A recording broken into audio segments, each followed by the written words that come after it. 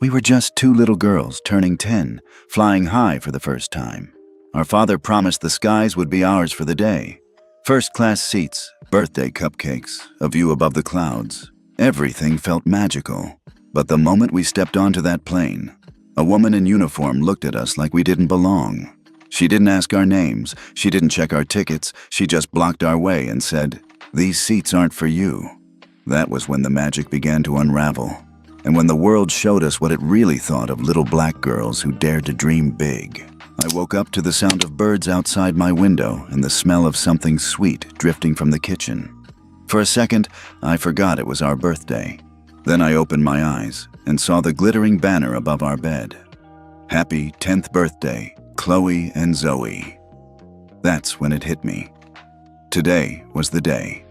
The day we flew, for real, for the first time. Zoe was already sitting cross-legged on the bed beside me, her sketch pad in her lap, drawing something with quick, sure strokes. "It's us," she whispered, smiling. "On the plane."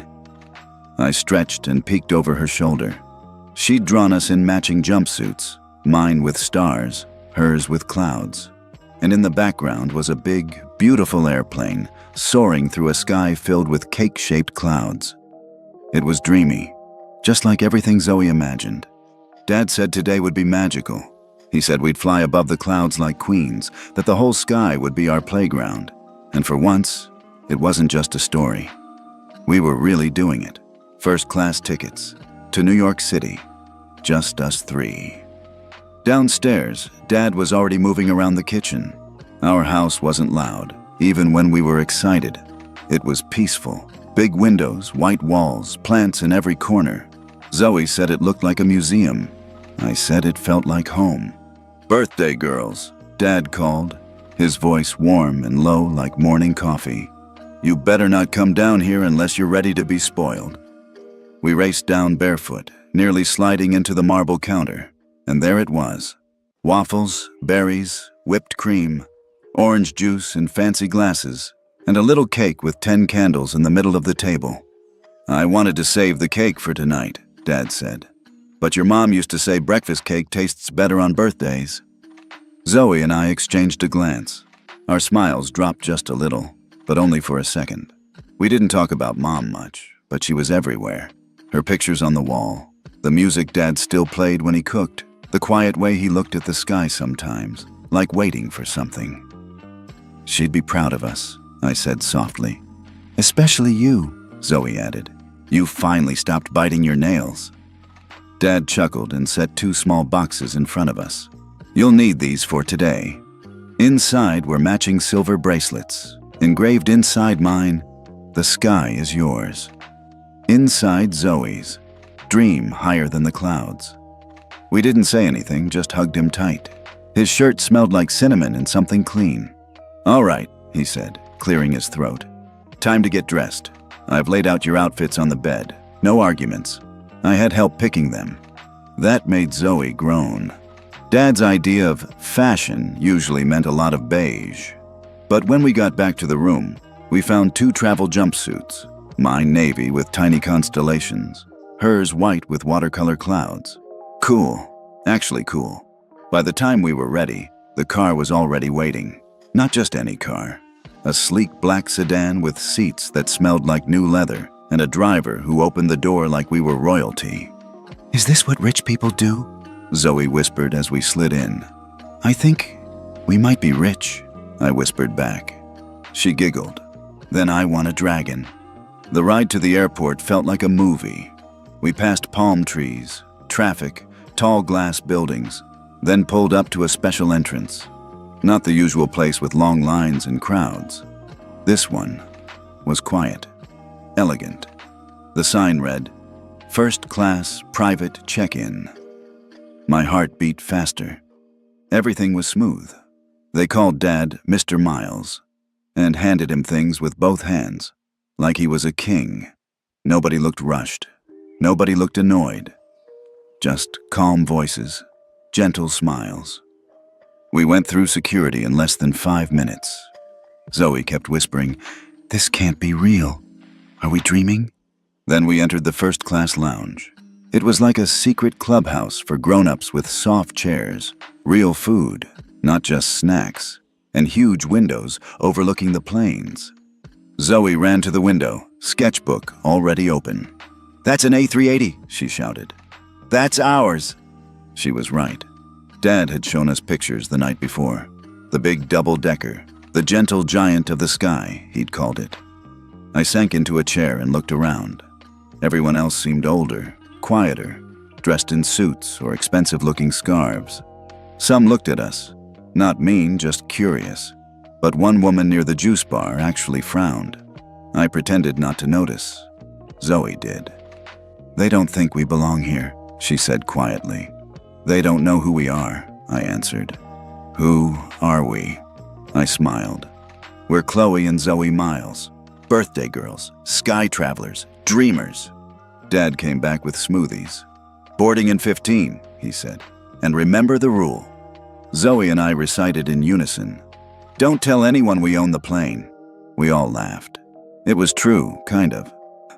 Dad didn't say much about his job, but we knew enough. He helped design planes, then bought the airline, Starlight Airways. That was his. Ours too, I guess, but he never showed off, never acted like a big deal. Still, today was special. Today, we were flying as passengers, not owners.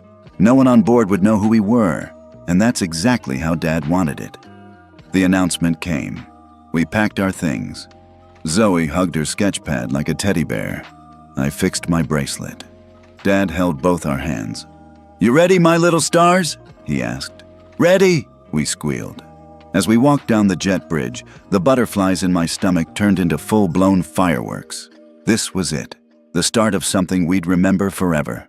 At least that's what we thought. The jet bridge smelled like new carpet and metal and something I couldn't name.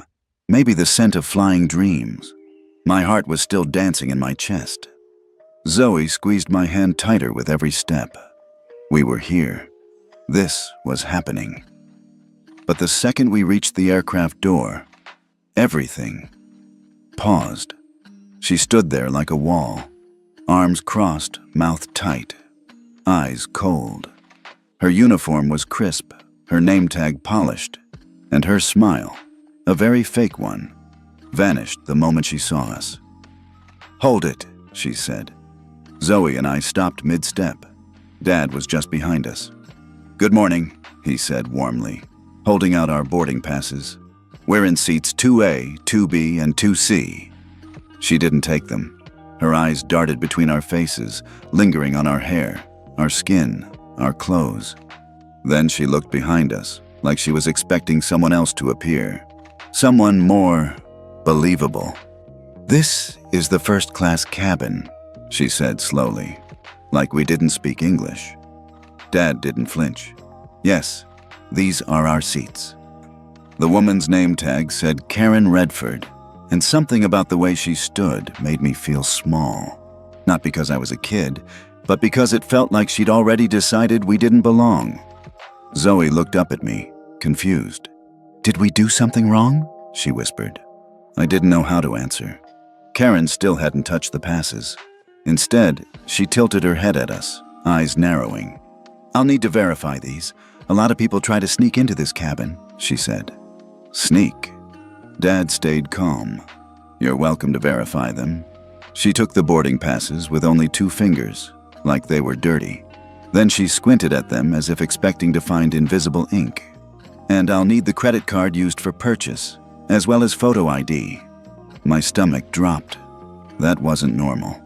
We'd flown before, in economy. No one had ever asked for a credit card at the door. "That's not protocol," Dad said, still measured. "But here you go." He handed over his black metal card and ID. Karen's eyebrows rose for half a second when she saw the card. But then her expression hardened again. She returned them like we were wasting her time. "I still don't think this is going to work," she muttered. Zoe's lip trembled. I pulled her closer. "What exactly won't work?" Dad asked, his voice even sharper now. Karen gestured vaguely toward the cabin behind her. "This is a quiet zone, premium experience. Children can be disruptive. You might be more comfortable elsewhere." "Somewhere else. Somewhere lower. Somewhere meant for us." She didn't say it. She didn't have to. My cheeks burned. I wasn't sure if I was mad or embarrassed or sad or all three. I looked around. A few passengers in nearby seats were watching. Some looked away quickly. One woman shook her head disapprovingly, like we were causing trouble. I wanted to disappear. And then I saw him. A man across the aisle in seat 3A, maybe in his 60s, with silver hair and glasses. He was staring, not at us, but at Karen. His brow was furrowed, mouth tight, like he recognized something ugly and didn't like it. For a second, our eyes met. Then he nodded. Just a little. It didn't mean much then, but later, I'd remember that nod. "I'm asking you one more time," Dad said, his voice low but firm. "Please let us board. My daughters are looking forward to this." Karen stepped sideways, blocking the entrance with her body. "Sir, if you continue to speak to me with this tone, I'll have to involve security. We have a zero-tolerance policy for aggressive passengers." Aggressive? He hadn't raised his voice, hadn't moved, hadn't even frowned. But somehow, she was the victim now? Zoe's hand was shaking in mine. She leaned into Dad's leg, trying to hide her face. "Are we going to get arrested?" she asked softly. "No, baby," he whispered, kneeling beside us. "We're not in trouble." His voice cracked just a little. "I just wanted to fly," Zoe said, her voice breaking. "And me?" I was trying not to cry, not because I was scared, but because I felt something breaking. Something I didn't have a name for. Like the world I thought I knew wasn't real. Like magic didn't matter if you looked a certain way. Karen had already grabbed the cabin phone. "I have a situation at the front," she said into it, loud and dramatic. "Passenger is being non-compliant. He and his family are not listed correctly, requesting security assistance." Lies. All of it. Zoe's fingers dug into mine. Dad stood back up, straight and tall. He didn't say another word, but the look in his eyes, it wasn't anger, it wasn't fear, it was disappointment. And that, somehow, felt heavier than all the rest. The silver-haired man across the aisle folded his newspaper, watching everything. Another passenger, someone with a camera around her neck, had slowly pulled out her phone. She wasn't being obvious, but I saw the red recording light. Later I'd learn her name was Jasmine. Later I'd learn her voice would carry ours around the world. But right then, I just stood there. A 10-year-old girl in a sky-blue jumpsuit, in front of a plane that was supposed to be mine, with a birthday bracelet that suddenly felt like a joke. The bracelet said, "The sky is yours." But at that moment, I didn't believe it. Not anymore. Dad didn't yell. He didn't argue or try to push past her. He didn't raise his voice or demand to see a supervisor. That would have been easier, maybe. More expected. But instead, he just let out a slow breath and said, "Let's step aside." His voice was quiet, but it felt heavier than if he'd screamed. Karen turned her back without another word, still clutching the phone like it was a weapon. Dad took my hand and Zoe's and guided us a few steps back, toward the corner where the galley ended and the first-class cabin began. It was a small, awkward space, barely wide enough for the three of us. But suddenly, it felt like the only safe place left on the plane. "I want to go home," Zoe whispered. I didn't answer. I didn't know how. My throat felt tight, like if I said anything, it would crack me open. Across the aisle, the silver-haired man hadn't moved. Jasmine, the woman with the camera, was still pretending to scroll on her phone, but her eyes were on Karen. And me? I slid my fingers along my left wrist until I felt the tiny side button of my smartwatch. 2 taps. Then 1 longer press. A soft vibration let me know. Recording started. I didn't even think about it. It was instinct. Maybe from watching all those documentaries Dad liked. Maybe from seeing how fast truth gets erased when no one's watching. I just knew. Something had to remember this. Karen was still talking, but quieter now, turned away from us as she muttered into the cabin phone. I couldn't hear the words, but I could hear the tone. Urgent, offended, righteous. She was spinning the story, making herself the hero. Then something else caught my eye. Just behind Karen, near the beverage cart, a flight attendant stood frozen. He was young, maybe college age, with a buzzed haircut and nervous energy. His hand twitched slightly at his sides. His badge said Ethan. He looked upset, not like Karen, not smug or angry, just caught. For a moment, his eyes met mine, then Zoe's, then Dad's. He took a tiny step forward. Then Karen turned around. "You," she snapped. "Go prep the back galley, now." Ethan flinched. I said now, Ethan. This is above your pay grade. Don't insert yourself." There it was, the threat. His mouth opened, then closed. Then, without another word, he turned and disappeared down the aisle. Dad noticed. Of course he did. He didn't say anything, though. Just leaned against the wall with one arm draped protectively around us, eyes focused on a point far beyond the cabin. Maybe the window, maybe the sky we still hadn't reached. "This isn't about us," he said softly. "It's about something that was broken long before we got here." I didn't know exactly what he meant, but I felt the weight of it. A few minutes passed, long, quiet ones. I could still feel the recorder humming softly on my wrist. Every word, every silence, every shift in energy. It was all being saved. And then, the tone of the plane changed. People were whispering now, the kind of hush that spreads in churches and funerals, a kind of reverent dread. Even the ones who'd tried to ignore us were sneaking glances now, some with pity, some with annoyance, some just curious, like we were animals in a zoo. I hated it. A child shouldn't have to feel studied. "Are we still flying?" Zoe asked, her voice small. Dad crouched down to her level and nodded. "We are. But we may need to be patient first." "But why is she doing this?" she asked. "We didn't do anything wrong." I waited for the answer, the one that would make sense of it. But Dad didn't say anything. And that silence? It hurt more than anything Karen had said, because I knew the answer. Deep down, I did. I'd read enough books, heard enough stories, felt the sting of certain looks, certain questions. The answer was the one people don't like saying out loud, the one that makes grown-ups uncomfortable, the one that follows us everywhere, even into the sky. Still, Dad didn't explain. He just reached out and adjusted Zoe's headband gently, brushing her curls behind her ear. Then he stood, tall and quiet again. Another few minutes passed. Then Karen's voice rose, louder now. "They're sending someone from the gate," she said to no one in particular, though everyone could hear, "to confirm the manifest and evaluate the situation."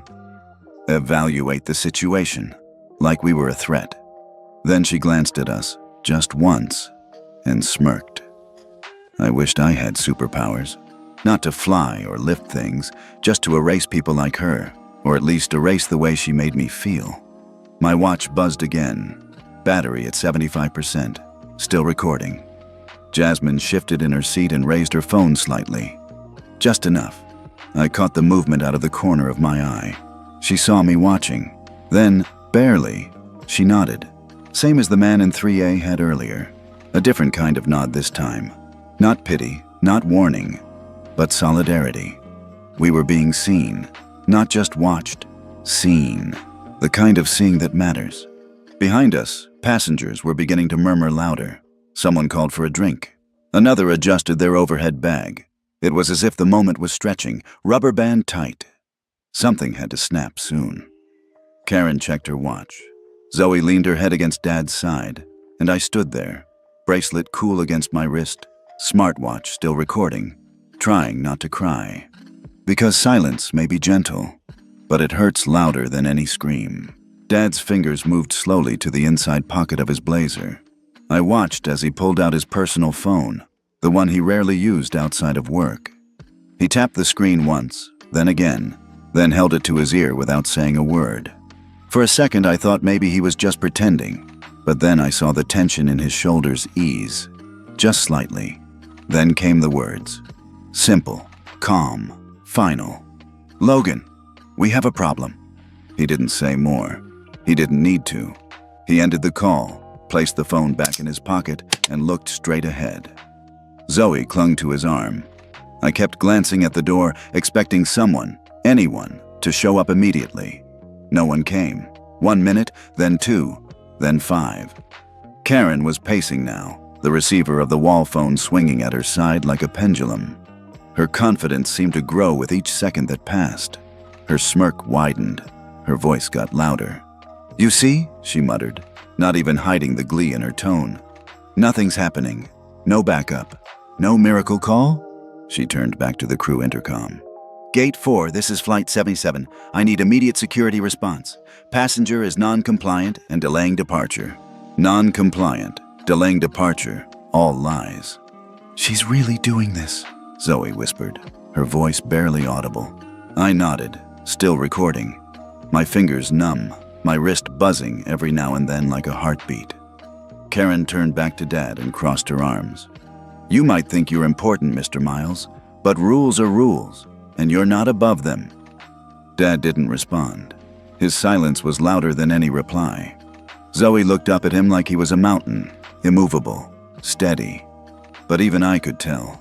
This mountain was growing tired. 8 minutes now. Passengers were starting to fidget. Whispers, eye rolls. One woman in business attire even tapped her watch pointedly and said, "Are we boarding or not?" Karen didn't flinch. "I apologize for the delay," she said to the cabin, her voice dripping with false professionalism. "We're resolving an issue." Resolving. Like we were a technical glitch. Then, the cabin door clicked open. Everyone turned. Karen straightened up, smugness lighting up her face like Christmas lights. "Finally," she muttered under her breath. But when the figure stepped inside, her face changed instantly. It wasn't airport security. It wasn't a TSA agent. It was a tall, sharp-looking man in a navy suit, gray streaks at his temples, and a black lanyard that practically glowed with authority. His eyes scanned the cabin and locked immediately onto Dad. His walk was fast, controlled, military-like. Behind him came someone else. Jasmine. Her camera was in hand now, not hidden. She wasn't pretending anymore. She walked like she belonged, like this moment was hers. And behind them, a man I didn't recognize. Not part of the crew, not dressed like corporate. He wore a suit, but the kind that whispered money, not screamed it. And there was something in his eyes. Watchful, calculating. Karen's smile faltered. "Excuse me, this is a secure, Karen Redford?" the man in the navy suit asked, pulling out a slim black ID wallet. Yes, she replied, caught off guard. "I'm Logan Brooks, Chief Operating Officer, Starlight Airlines." Silence. For a full 2 seconds, the air didn't move. Then Karen's face went pale. "COO?" she repeated. Logan nodded once. "I received a direct call from Mr. Jonathan Miles regarding an incident on board this aircraft. I'm here to assess that incident, right now." Karen's mouth opened, then closed. Behind Logan, Jasmine began recording openly. I watched as her lens panned slowly across the cabin, past Karen's frozen stance, past the passengers pretending not to listen, and landed right on us. I felt naked, exposed, but also protected. Dad stepped forward, calm and steady. Logan extended a hand. "Mr. Miles." "Logan," Dad replied. They shook hands, firm, quiet. Karen looked like she might faint. The third man stepped forward, finally speaking. "Is this the passenger who was flagged?" "Yes," Karen croaked, clearly struggling now. I had concerns about the accuracy of their boarding information." "Did you verify the information?" Logan asked coldly. I asked for ID, but I designed the ID verification protocols myself," Logan said, voice hard. "There's no need to check credit cards or ID at the cabin door. That's harassment." The last word hung in the air like smoke. The silver-haired man in 3A coughed loudly and folded his arms. Jasmine zoomed in slightly. The passengers were no longer pretending not to watch. "I'll need your crew credentials, Karen," Logan said quietly. Karen didn't move. "Now." She reached into her blazer and handed over a lanyard with trembling fingers. "Please step aside," Logan continued. But I was following. I said step aside."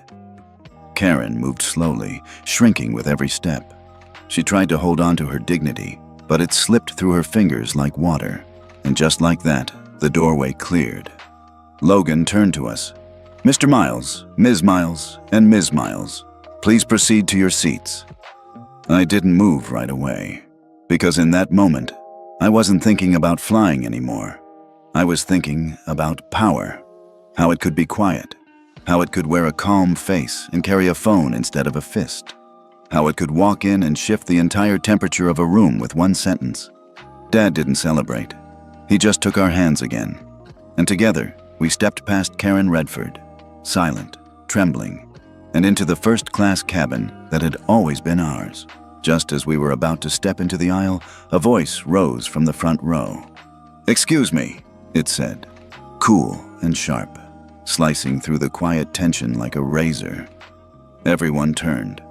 From seat 1A, a pod at the very front left of first class, a tall man in a dark gray suit stood slowly, brushing off imaginary lint from his sleeve. His presence was immediate, commanding, the kind of person who entered a room and assumed everyone knew who he was. I didn't recognize him, but Dad did. His jaw tightened just enough for me to notice. Zoe clutched his hand again. I felt her body stiffen beside me. "Jonathan Miles," the man said, voice full of mock surprise. "Fancy meeting you here." Dad said nothing. "I suppose it wouldn't be a Starlight flight without a little drama," the man continued, then turned to Logan. "Mr. Brooks, if I may have a moment." Logan hesitated. Senator Whitaker. That name meant nothing to me at first, but I would remember it forever. Senator Graham Whitaker, a man whose face had been in headlines, a man who had once chaired a powerful transportation committee, a man who had, according to Dad's quiet conversations in the kitchen late at night, tried to bury the aviation reform bill Jonathan had helped write, and a man who, as Dad had once said in a whisper, isn't half as clean as his suits. "I feel compelled to say something here," Whitaker said, turning now to the cabin full of watching eyes. "This gentleman, Mr. Miles, has a long-standing vendetta against me. Personal, political, you name it. I can't speak to the full context of this situation, but I can say this. I have been seated in 1A on dozens of Starlight flights. I know the process. I know the manifest system. I've watched this crew operate before." Karen, still frozen near the bulkhead, looked up suddenly, hope flickering back into her eyes. "This flight attendant," he said, gesturing to her, "has always been professional, and as far as I can see, she was simply following the rules." He let the silence stretch. "I'm not saying anything improper happened," he continued smoothly, "but I'd be remiss if I didn't raise the possibility that Mr. Miles may be using his influence to manipulate this situation. I mean, I didn't see any boarding passes. Did you?" He looked around as if expecting agreement. "I'll testify if necessary," Whitaker added. "I believe in fairness and due process." My ears rang. I couldn't breathe. Zoe's fingers trembled in mine. It felt like we had just climbed out of the hole, and someone had shoved us back in, twice as deep. I turned to Jasmine. She had lowered her phone slightly, frowning. Not confused, not convinced, just wary. Logan's expression had changed too. Still composed, but no longer certain. Karen was standing straighter now. And Dad? He didn't even blink. With calm, almost detached precision, he reached into his blazer and pulled out the boarding passes again. One by one, he handed them to Logan. "Seats 2A, 2BM, and 2C, he said flatly. "All verified. Purchased using the Starlight Centurion card. My name, my children's names. Manifest check this morning." Logan examined them, his brow furrowed. Then he turned to Karen. "These look clean. Why weren't they accepted?" Karen sputtered. They looked unusual. I was just being cautious. I thought," Whitaker interrupted. "I'm just saying, this man has tried to sabotage my career before. He's a known critic of the system. He's used underhanded tactics." Dad's voice cut through like steel. "Senator Whitaker is under active investigation by the FAA for funneling federal contracts to a private vendor he secretly owns," Dad said evenly. A vendor that failed 4 safety audits last year. I submitted the whistleblower report myself. A ripple moved through the cabin. Someone gasped. Even Logan's eyes widened. Whitaker flushed. That's unsubstantiated. You're just trying to cover for your overreaction here. Actually, Jasmine spoke up for the first time. The investigation went public yesterday. I was going to ask you for comment after the flight. Whitaker turned to her, his mask cracking for the first time. You're recording? Jasmine didn't even flinch. Every second, including the part where you just tried to obstruct a discrimination case by leveraging your political status. Karen took a step back. Passengers were whispering now, no longer just watching, but reacting. The tide was turning again, fast. Senator, Logan said slowly, if you have any further concerns, I suggest you direct them to our legal team. For now, I'd appreciate if you return to your seat. Whitaker's lips pressed into a thin, colorless line, but he sat. Quietly. Karen, now pale and shaking, opened her mouth as if to speak, but no words came. Dad finally turned to her. We were here. We were patient. We were quiet. You decided we didn't belong. You made that call. He looked around the cabin, then back to her. You weren't wrong, he added, voice like ice. We don't belong in a place where people like you get to decide who deserves to be treated with respect. Then he stepped forward. Girls, he said. We followed. Past Karen, past Whitaker, past the quiet stairs, toward the seats that had always been ours. And in my wrist, the watch kept recording. Because justice wasn't done yet. Not even close. We were just settling into our seats. Zoe by the window, me in the middle, Dad on the aisle. When the murmurs behind us began to rise. Not whispers anymore, not background noise. It was that kind of buzz that meant something had changed, something big. Then I saw her. Jasmine. She had walked to the center of the cabin, no longer just an observer. The camera wasn't tucked away anymore. It was on, front-facing, ready. Her eyes were calm but focused like a surgeon about to make a single, precise cut.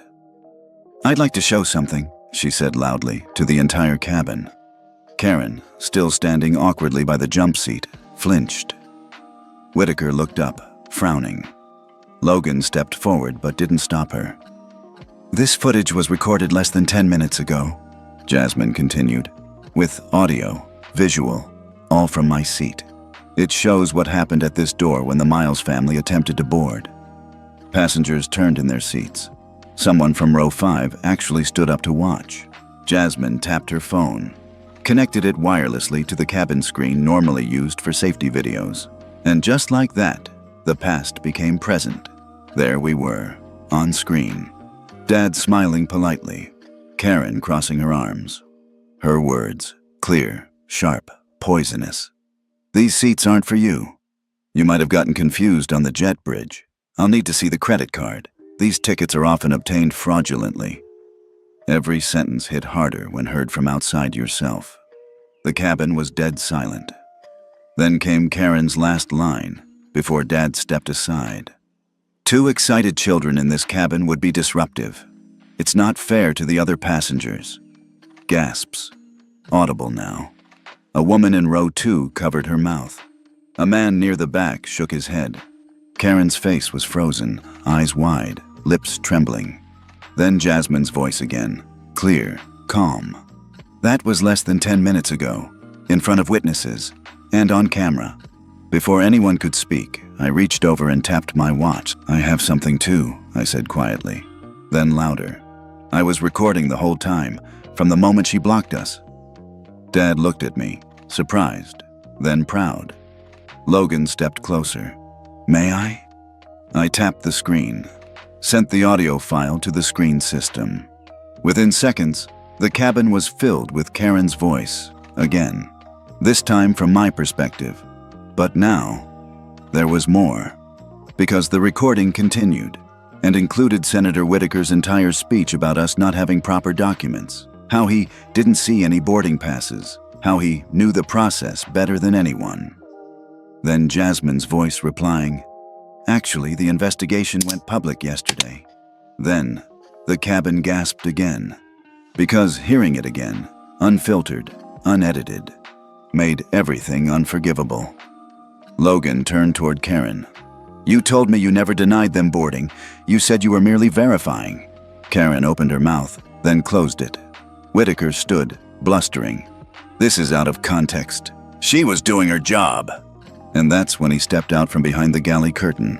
Ethan, the young flight attendant. His face pale, but determined.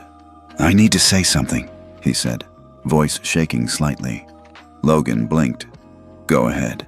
Ethan looked straight at Karen. "You told me to stay out of it, that if I said anything I could lose my job." Karen's eyes narrowed, but she said nothing. "But I know who they are," Ethan continued, turning to the cabin. "I've worked Starlight executive flights. I've seen Mr. Miles. He's been to our corporate briefings. He owns this airline." Another wave of shock hit the passengers. And still, Ethan wasn't done. "I've also seen Ms. Redford, more than once, deny upgrades to passengers who look different. She always says it's about policy, but it's always the same kind of passenger." Karen stepped forward, her voice trembling with rage. "That's a lie!" But the crowd wasn't with her anymore. No one looked at her with sympathy now, only disbelief. And something more dangerous. Contempt. Jasmine turned off the screen. "I'll be submitting the full footage to the FAA and DOT," she said coolly, "as well as uploading a public version online, with faces blurred where appropriate." Logan took a long breath, then turned to the intercom, lifted it, and spoke into the cabin. "This is Logan Brooks. I want to formally apologize on behalf of Starlight Airlines. What you witnessed today is unacceptable. We are addressing it in real time, and it will not go unanswered." He hung up, turned to Karen. "Your badge. Now." She hesitated. For half a second I thought she might run, but there was nowhere to go. With shaking hands, she unhooked her lanyard and handed it over. "You'll be met at the gate," Logan said simply. "Do not speak to passengers. Do not return to the cabin." Karen walked down the aisle, alone, head low, shoulders slumped. Her authority stripped away, not with shouting, but with proof. And as she disappeared through the cabin door, a strange silence followed her. Then, from somewhere near the back, a slow, soft clap. Another joined, and another. Not wild applause, just enough. A quiet chorus of truth being recognized. Jasmine sat back down. Ethan returned to the galley, where another crew member, an older woman, touched his shoulder gently. Zoe looked at me, eyes still watery, but glowing. "And Dad?" He exhaled for the first time in what felt like hours. We weren't just passengers anymore. We were witnesses. We were proof. And the camera never lied. The cabin had barely begun to breathe again when Logan's phone buzzed. He stepped away, speaking softly into it, his face tight with whatever update was coming through. Dad sat in silence, one hand resting on his knee, the other gently covering Zoe's. I watched the back of his head and thought, he knew this wasn't over. Not yet. Logan returned after a moment, his expression unreadable. He walked to the center of the aisle, cleared his throat, and looked at Dad. "Jonathan," he said carefully, "I just got confirmation from our operations database. There's something you need to see." Dad stood. "Go ahead." Logan held up his tablet, already pulled to a passenger seat manifest. "This is the original first-class seating assignment as of 4 a.m. today." He tapped once. "Seat 1A, Jonathan Miles. Seat 2A, Chloe Miles. Seat 2B, Zoe Miles. Seat 2C, reserved for accompanying guardian." I blinked, confused. Wait, Dad was supposed to be in 1A. Logan continued. "This version was logged into our main system. However," he swiped again, revealing a second manifest. "This is the one synced with the crew tablet 1 hour before boarding." Now it read, "Seat 1A, Senator Graham Whitaker. Seat 2A, Chloe Miles. Seat 2B, Zoe Miles. Seat 2C, Jonathan Miles." Zoe whispered, "What does that mean?" "It means," I said, stunned, "that Dad's seat was stolen." Dad's eyes narrowed. "Who made the change?" Logan took a breath. Only one person had admin access to the manifest at that hour, the cabin lead assigned to Flight 277. He didn't have to say her name. Everyone in the cabin knew. Karen Redford. A new kind of silence fell over the plane, one with edges, sharp ones. She reassigned your seat, Logan confirmed.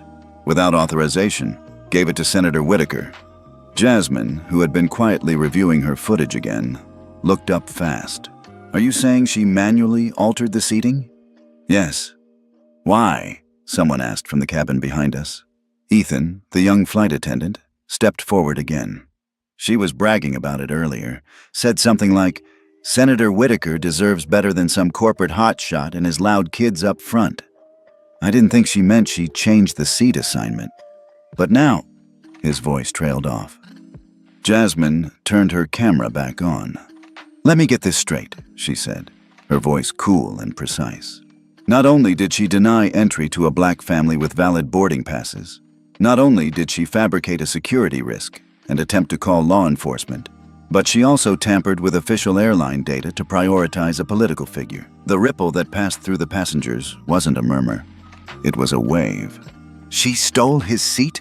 Someone repeated aloud. That's insane. Is that even legal? Another asked. Logan looked furious now, but in that quiet executive way where his words were even softer than before. It's a federal offense to manipulate secured passenger data. Senator Whitaker, still planted in 1A, shifted uncomfortably. I wasn't aware. Logan cut him off. Did you ask for this seat? Whitaker hesitated. No, I was surprised to be upgraded. I assumed it was standard. Did you question why a family was being denied boarding in your name? Whitaker didn't answer. Zoe stared at him, her eyes filled with something I'd never seen from her before. Not sadness, not fear, disgust. And me? I felt hot all over. Not just mad, violated. That seat was supposed to be Dad's. It was ours. This entire situation had been built on a lie she created, a web spun to accommodate someone she thought was worth more than us, more than the truth, more than integrity. She thought no one would notice, Jasmine said, because she assumed no one would care. Dad finally spoke. That seat doesn't matter to me, not anymore. He looked at Logan. What matters is that she was willing to manipulate a system that affects safety and trust for every passenger on board, just to serve her bias. He turned to Whitaker. And that you were willing to weaponize your reputation to support her lie. For once, the senator had nothing to say. Jasmine's camera caught it all. Every inch of shame, every flicker of realization. Then Dad looked back at Logan. I want a full audit of the flight logs, passenger data, internal messages, and I want that seat assignment change reported directly to the FAA. It will be, Logan said, grim, along with a formal report from corporate legal. And I want this entire cabin to know something, Dad added, louder now, addressing the passengers who had watched the drama unfold like a movie. This isn't about me being the owner of an airline. This isn't about revenge. This is about accountability. Because if it can happen to me, someone with access, with status, it can happen to any of you. A hush fell again, but this one felt different. It wasn't fear anymore. It was understanding, awareness, even empathy. The man in seat 3A, the silver-haired one, nodded again. Then, softly, he clapped. Once, twice. Then others joined. A ripple, not loud, but real. And Senator Whitaker? He looked down at his shoes, defeated. Dad sat back beside us, calm again. Zoe leaned on his arm. I turned off the recorder on my watch. It had captured everything, but it wasn't the data that mattered anymore. It was what people did with it. And the truth? It had already taken flight.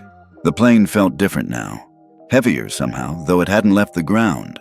Not physically, but in the air, in the energy around us, something monumental had shifted. There was no applause this time. No outburst. Just a silence so charged it could split glass. Logan Brooks, the COO of Starlight Airlines, stood at the front of the cabin holding Karen's crew badge in one hand like it was radioactive. His expression was unreadable, but there was something about the way he clenched his jaw that told everyone in the room, "This ends now." "Karen Redford," he said, voice cutting clear through the thick quiet. "You are officially suspended, effective immediately. You will not continue on this flight, or any flight until further notice. A corporate security representative will meet you at the gate." Karen blinked. Once. Twice. Then she took a half step back like the floor had shifted beneath her. This is a misunderstanding. Senator Whitaker." Logan raised a hand. "This is not about the senator. This is about your choices, your abuse of protocol, your manipulation of passenger data, your blatant disregard for equity and ethics, and the damage you've just done to yourself, to this crew, and to this company is not something that will be brushed away with a few excuses." Jasmine captured every word. Her camera never wavered. Karen's mouth opened again, but this time, no sound came. Then, slowly, she reached up, removed her flight pin, and placed it in Logan's open palm. When she turned, there was no swagger left. She walked down the aisle, her shoes quiet on the carpet. The passengers parted like water before her. No one met her eyes. No one stopped her. She passed our row without a glance. Zoe held my hand tightly. Karen reached the cabin door, and without ceremony, stepped out into the jet bridge, the door closing behind her with a soft, definitive click. Gone. Just like that. But it wasn't over. Not yet. Logan turned again, this time to the man still seated in 1A. "Senator Whitaker," he said, measured and formal. "Under our passenger rights policy, and in light of your willful misrepresentation of the truth during an ongoing discrimination complaint, we are exercising our right to deny you further service on this flight." Gasps again. Not just from passengers this time, but from crew. Even Ethan, standing quietly near the galley, looked stunned. Whitaker stood slowly. His face was red now, not from power, but from exposure. "This is ridiculous," he growled. "You're making a spectacle. You're throwing away protocol for optics. I'll be speaking to your board, your shareholders, your union." "You're welcome to do so," Logan said. "But first, I suggest you exit the aircraft." A pause. Then Whitaker leaned down, grabbed his briefcase with a trembling hand, and stalked down the aisle, fury in every step. No one applauded. No one had to. The silence was louder than any cheer could have been. He stopped once near us, as if preparing to say something to Dad, but then thought better of it. His eyes met mine for half a second. I didn't flinch. Neither did Zoe. Then he turned and vanished. And just like that, the balance of the flight changed, like the air had cleared, like something poisonous had been sucked out of the vents and replaced with something clean. Logan took a breath. "On behalf of Starlight," he said to the cabin, "I again apologize for what you've witnessed today. It does not reflect our values, and I promise it will be addressed at every level." He looked at Dad. "I'm sorry," he added, quieter now. "You deserved better." Dad gave a small nod. We all did. With that, Logan left the cabin as well, back through the front door, presumably to deal with the fallout that was already erupting beyond the fuselage. The rest of the passengers settled slowly, as if recovering from whiplash. Flight attendants resumed their positions. Ethan gave us a soft smile before walking toward the galley. The silver-haired man in 3A finally opened his laptop, though I noticed he didn't start typing. Jasmine approached our row once more, still holding her camera. "May I?" she asked Dad. He nodded. She looked at us. "I just wanted to say thank you for staying calm, for letting the truth speak." Zoe looked shyly up at her. "Are you going to put the video online?" "I already did," Jasmine replied. "The full version's uploading now. I've tagged the airline, the FAA, the Senate Ethics Committee, and a few media friends." Then she smiled. "It's going to be seen, not just viral, visible." "What's the difference?" I asked. "Viral is when people share something. Visible," she said, "is when they actually see it." She turned and returned to her seat. "And Dad?" He finally exhaled. Then, Calmly, with that same quiet strength that had carried us through every moment, he said, "Girls, let's sit down." We did. The cabin crew came around again, this time softer, more attentive. One offered Zoe a blanket. Another brought me a little glass of apple juice and a cookie. Ethan stopped by again. "You okay?" he asked. "We will be," Dad replied. The captain's voice crackled over the intercom. "Ladies and gentlemen, thank you for your patience during our boarding process. We've had a few unexpected adjustments, but we're ready for departure." He paused. "And I'd like to personally thank a few passengers who reminded us all today what courage and integrity look like." I looked out the window as the engines began to hum. The plane moved. Slowly at first, then faster. I turned to Dad. "Do you think people will believe the video?" He looked down at me. "They'll believe what they want," he said. "But the truth doesn't need belief.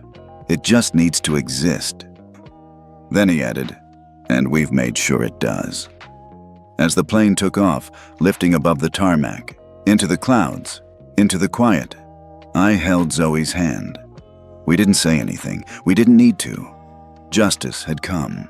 Not through shouting, not through revenge, but through truth, carried on quiet voices and unshaking hands. And now the world would see it, for the first time, and all over again. It started small. A few comments under Jasmine's post, a couple of shares, a handful of people saying, "I can't believe this happened." Then, it exploded. By the time we touched down in New York, the plane's Wi-Fi had already carried the video to every corner of the internet. Jasmine's post, captioned simply, "What happened to this family is not rare, but today, it was recorded," had reached over 2 million views. Within another hour, it would double, and then triple. Within 24 hours, the world knew who we were, not because we wanted them to, but because truth, once set loose, doesn't ask for permission. The next morning, while we sat quietly in the hotel suite, our faces still soft from exhaustion, Dad handed us an iPad. "Someone wants to thank you," he said. We scrolled. The screen was filled with letters, DMs, emails, comments. Some were angry, at the system, at Karen, at how often this still happened in silence. But most of them, gratitude. A girl in Texas who wrote, "I'm the only black kid in my school. Watching you stand tall helped me feel less invisible." A teacher in Toronto, "I showed your video to my class today. My students were stunned. We had the most honest conversation about race we've ever had." A retired flight attendant, tears visible on a shaky video she posted from her living room, saying, "My daughter was denied boarding 10 years ago because they didn't think a single black mom could afford business class. I never spoke up. I should have. But today, you did." We kept reading. Each word felt like both a weight and a wing, heavy with emotion, but lifting us higher. I didn't know what to say. Then Zoe gasped. "Look at this one," she said. It was a photo, a handwritten letter on lined notebook paper. The writing was loopy and slightly crooked. From a child, clearly. "Dear Chloe, my name is Hannah. I'm 10 too. My daddy said those girls on the plane were lying. He said people make things up to get attention. But then my mom showed me the video, and I watched your face, and your sisters, and your dad, and I knew my daddy was wrong. I'm sorry. I believe you. Love, Hannah." My throat tightened. I read it again, then again, and each time the words felt heavier, not because they were hateful, but because they were honest. Zoe was crying now, silently. The good kind. The kind that says something broke through. Dad sat between us, one arm around each of our shoulders. "This," he said softly, "is why we spoke up. Not for revenge, but for this. For Hannah. For all the Hannahs." Later that week, the media requests came in waves. Morning shows, news channels, podcasts. Most we declined. Dad didn't want our faces on billboards or magazine covers. He said we weren't influencers. We were just kids who lived through something they shouldn't have had to. But we agreed to one interview. Just one. With a small independent journalist who flew all the way from Atlanta just to speak with us in our hotel's meeting room. She didn't ask us to cry. She didn't poke for pain. She just listened. "What would you say," she asked gently, "to kids going through something like this but don't know how to speak up?" Zoe looked at me. Then I said, "You don't have to yell to be heard. You just have to tell the truth." She smiled. Zoe added, "And sometimes, the people who hurt you the most are the ones who think they're helping someone else." The journalist nodded, then turned off her recorder. Before she left, she hugged us both. "Thank you," she whispered, "for being brave enough to let the world see you." Back at school, things were different. Kids stared a little longer. Some teachers pulled us aside just to say, "Welcome back," in a tone that felt extra careful. We didn't blame them. The whole world had changed for us. It made sense that our school would feel different too. But then, during lunch, a boy from another class came over. He looked nervous. "I'm supposed to give you this," he said, handing me an envelope. I opened it. Inside was another letter, this time typed. It was from a teacher in Ohio. He had assigned an essay to his class. "What would you do if you saw someone being treated unfairly?" Dozens of responses. All of them mentioned us. Not famous athletes. Not superheroes. Us. Chloe and Zoe Miles. Flying while black. But flying anyway. That night, back at the hotel, Dad showed us a video. It was Jasmine again, this time being interviewed on national TV. "This wasn't just a racial incident," she said calmly. "It was a structural one. The flight attendant didn't just act on bias. She used power. She altered records. She manipulated a system she thought would protect her, and for once, it didn't." The host leaned in. "Why do you think the video resonated so deeply?" Jasmine paused. Then, "Because the girls didn't scream. They didn't rage. They didn't curse. They stood still. They waited. They watched. And in that stillness, the world saw something it couldn't unsee." The host nodded. "And what do you think happens next?" Jasmine smiled. "I think the sky just got a little wider." That night, I couldn't sleep. I stared out the hotel window at the lights of the city, trying to imagine all the people who had seen our faces, who had written letters, who had changed their minds. And I thought of Hannah, a little white girl, same age as me, somewhere out there holding a pencil and writing what her father couldn't say. And in that moment, I felt something I hadn't felt since before the plane. Not pride, not victory, just hope that maybe, just maybe, the world could still change. One video, one voice, one truth at a time.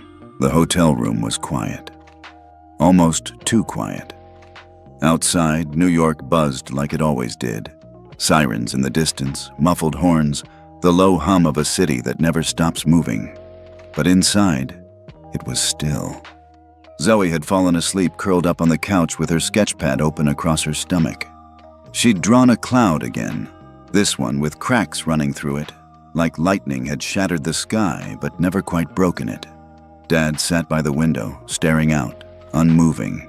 He wasn't checking his phone, wasn't reading, just watching. I didn't speak at first. I just watched him. There was something different in his posture, like the weight that had been on him all week had settled deeper, like the victory, if you could call it that, hadn't lightened him, but pressed down in a different way. Finally, I broke the silence. "You okay?" He didn't look at me. "No," he said. Not unkindly, just honest. I sat down beside him, letting my feet dangle. We watched the lights for a while. Then he spoke again. "I should have done this years ago." I looked at him, confused. "What do you mean?" He ran a hand through his short salt and pepper hair, a rare, nervous gesture for him. "Before you were born," he said slowly, "your mom and I took a flight to Atlanta. Just a quick business trip. We were both dressed nice. We had first-class tickets. We'd booked them together. Same last name, same reservation code. But when we got to the gate, the attendant scanned my ticket and let me through, and stopped her." I blinked. She asked my wife for ID, then her confirmation email, then said the seat must have been double booked, tried to send her to the back of the plane. I couldn't believe it. What did you do? He looked at me then, and his eyes were tired in a way I'd never seen before. I didn't say anything. I stared. I was shocked, he continued. I didn't want to make a scene. I told myself it would escalate, that we'd missed the flight, that I could fix it later.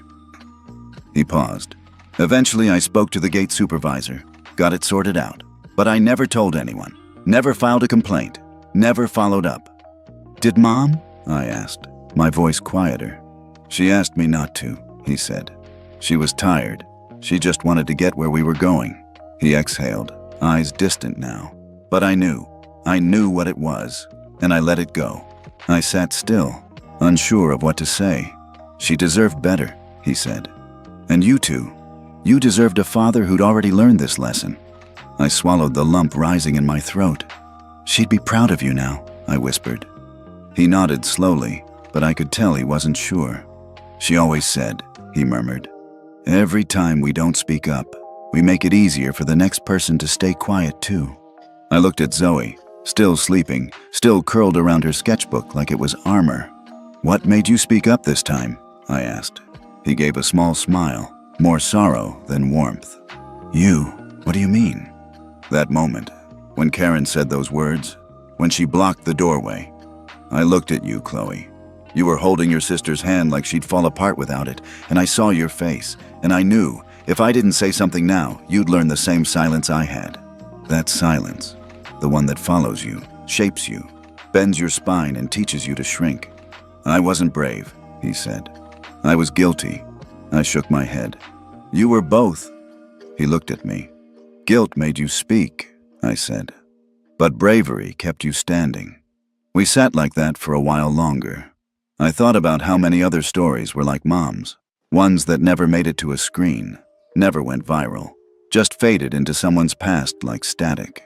And I wondered how many people right now were sitting in a seat that wasn't meant for them, or being told they didn't belong, or staying quiet, not because they didn't care, but because they didn't believe speaking would matter.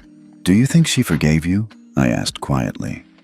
I think, he said, voice soft, she'd have forgiven me sooner than I forgave myself.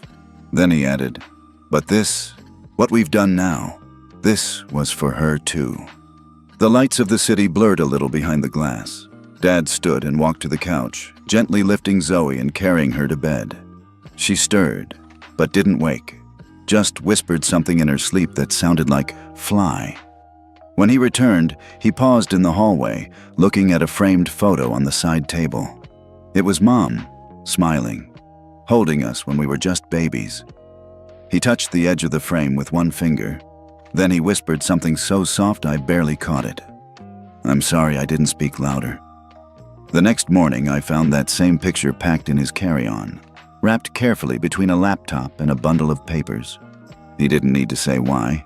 He was taking her with us now, the way she should have always been. The gallery smelled like varnish and dried glue, the air filled with whispers and the squeak of 2 clean shoes on polished floors. It was a children's art exhibit, but everything about the room felt strangely grown up. Maybe it was the lighting, or maybe it was the fact that every piece on the wall had been made by someone who'd already seen more of the world than they should have. Zoe stood beside me, clutching her notebook. She'd been quiet all morning. Not the sleepy kind of quiet, but the reflective kind. The kind where I knew not to fill the silence. Dad had brought us here because one of Zoe's paintings had made the final round of judging. A soft watercolor titled, No Fence in the Sky. 2 little girls floating with kites, no strings, no ground beneath them. It was beautiful. She'd painted it in the hotel the night after our flight. But when we walked through the final hall of winning works, it wasn't Zoe's that made us stop. It was the one in the center, a huge canvas, almost floor to ceiling, titled in clean block letters, Empty Sky. It was abstract at first glance, gray tones bleeding into blues, swirls of white that seemed both soft and violent at once, and in the upper right corner, a jagged streak of black, like someone had taken a blade to the canvas and then tried to cover it with stormlight. It was haunting, and somehow familiar. Is that? Zoe's voice broke off. I looked at the card beside the painting. There was no full name, just K. Redford. My breath caught. Zoe didn't move. Neither did I. We stood there for a long time, and then the exhibit guide, a young woman with a bright scarf and kind eyes, stepped closer. You girls like this one? Zoe nodded. The guide smiled. It was painted by one of our anonymous adult contributors. The contest was open to children, but we had a few pieces donated by adult artists who support the program. She didn't want recognition, just asked that the piece be included as a personal apology to the sky. I felt something shift in my chest. A weight I didn't know I was carrying moved. Just a little. She volunteers at a shelter in the Bronx, the woman added. Quiet lady, doesn't say much, brings soup, paints when no one's watching. Kind of disappeared from her last job, I heard. Found her way to us through someone she helped. Zoe reached out, lightly touching the air just in front of the painting. It's sad, she whispered. But honest, I said. Dad came up behind us, saw the title, saw the initials, and didn't ask. He just stood with us. We didn't talk about what it meant. We didn't need to. We knew. Later that afternoon, when most visitors had left, we asked if we could leave a note. The guide gave us a little card and a pen. Zoe wrote the words slowly. Thank you for the sky, for breaking it and showing us we could still fly. Zoe and Chloe. We left it tucked in the corner of the frame, hidden from easy view, visible only if someone really looked. We didn't write, "We forgive you." That wasn't ours to give. Forgiveness isn't always a ribbon you hand to someone when they say sorry. Sometimes it's the silence you offer instead of a curse. Sometimes it's the way you walk away, whole, while they still carry what they broke. That night, Zoe and I sat by the hotel window again, looking at the dark skyline. She didn't sign her name, Zoe said. No, I said, but she didn't need to. She looked at us like we didn't belong, she continued. And now she's feeding strangers with soup and art, I said. Maybe she didn't belong there either. Zoe turned to me. Do you think she's sorry? I think she's becoming sorry, I said. Zoe tilted her head. Can you become sorry if you never say it? I thought about that. I think sometimes saying it makes it easier, I said. But sometimes, the hard part is living with it. The next morning, we got an email from the exhibit director. Subject: winner announced Zoe's painting hadn't won. But she didn't seem disappointed. Because in the hallway where they displayed the honorable mentions, there was a photo of her piece next to empty sky. Not competing, just together. A caption beneath both read, When skies break, sometimes it takes two views to see the whole picture. And that was better than any ribbon. Later that week, back home in California, we visited Mom's favorite beach, the one she used to call her quiet place. We brought the printed copy of Empty Sky with us. Zoe laid it down in the sand and placed a small white stone on top. We didn't say anything because we didn't need permission to forgive. We didn't need closure or confessions or neatly tied endings. We had truth. We had healing. We had each other. And now, we had the sky again. The room was filled with light, not from chandeliers or spotlights, but from the kind that comes through tall windows and rests gently on people's shoulders. Warm, inviting, soft. It was the kind of light that didn't demand attention, but made you want to stay. Hundreds of people filled the seats. Community leaders, journalists, parents, students, volunteers. The front row was a blend of CEOs and janitors, senators and school teachers. No hierarchy, just people. At the center of the stage stood a new sign, freshly unveiled. The Miles Center for Human Dignity. Behind it, a curved screen glowed, ready to show a story. Not a brand campaign, not a launch trailer, but a story. Ours. Dad didn't speak first. In fact, he didn't speak at all. He stood off to the side of the stage, in a navy suit that made him look like every other executive in the room, until you noticed his eyes. The ones that had seen too much, waited too long, and now watched from the sidelines with quiet fire. He wanted the stage to belong to us, to Chloe and Zoe, To the daughters who had once been blocked at a boarding door and now stood before a world they were helping to rebuild. Zoe and I walked to the microphone together. No speech in hand, just hearts in sync. "Thank you for being here," I began. "And thank you for listening, not just to us, but to everything that's been shared since the day our names became hashtags." Zoe took over seamlessly. "We've heard so many people say, 'You girls were brave,' and we're grateful for that. But bravery wasn't the goal. Dignity was." I nodded. "We didn't want to be symbols, or lessons, or headlines. We just wanted to sit in the seats our father paid for." Zoe paused. Her voice softened. "We're not asking for applause.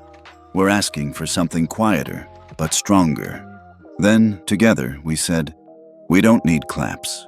We just need to know that no other child will be stopped at the gate we were told wasn't ours." There was silence. Not the awkward kind, the sacred kind. The kind that follows truth. Then the screen behind us lit up. A video began to play. It wasn't us on screen. Not the flight. Not the interviews. It was a quiet room in a community center. The camera was handheld, slightly shaky, capturing a woman ladling soup into bowls for a group of children. Her apron was stained, her hair tied back. She wasn't talking to the camera. She wasn't even aware of it. Karen. The room didn't gasp, didn't recoil. It breathed. She moved slowly, gently, kneeling beside a child who had dropped his spoon. Smiled at a toddler who reached out to touch her hand. She was different, not unrecognizable, but softened, smaller, human. A voiceover, not hers, explained, "Karen Redford now volunteers 5 days a week at the Sunrise Shelter for Youth. She's requested no interviews, no payments, no defense, just the space to show up, do the work, and disappear." And then the screen faded to black, leaving only the words, "Some apologies are louder when whispered." The audience didn't clap, not at first, because some moments don't need noise. They need space, room to sink into the soul and sit there for a while. Dad stepped forward then, not to the microphone, but to us. He placed a hand on each of our shoulders and looked out at the crowd. And for the first time, I saw him as more than our father. I saw him as the man who had once stayed silent, who had chosen to speak, and who now let his daughters carry the microphone because he'd already said enough. We left the stage without a standing ovation, but as we passed through the aisle, people stood anyway, one by one, not clapping, just rising, heads bowed slightly, hands over hearts, as if witnessing something sacred. Outside, the sun was setting behind the center's new sign. Its letters glowed gold against the stone, solid, timeless. A small crowd gathered by the entrance mural. A painting of a boarding gate, wide open, with dozens of children walking through it. Every race, every height, every dream tucked under their arms like carry-on bags. At the top, painted in cursive across the clouds, "The sky is big enough for all of us."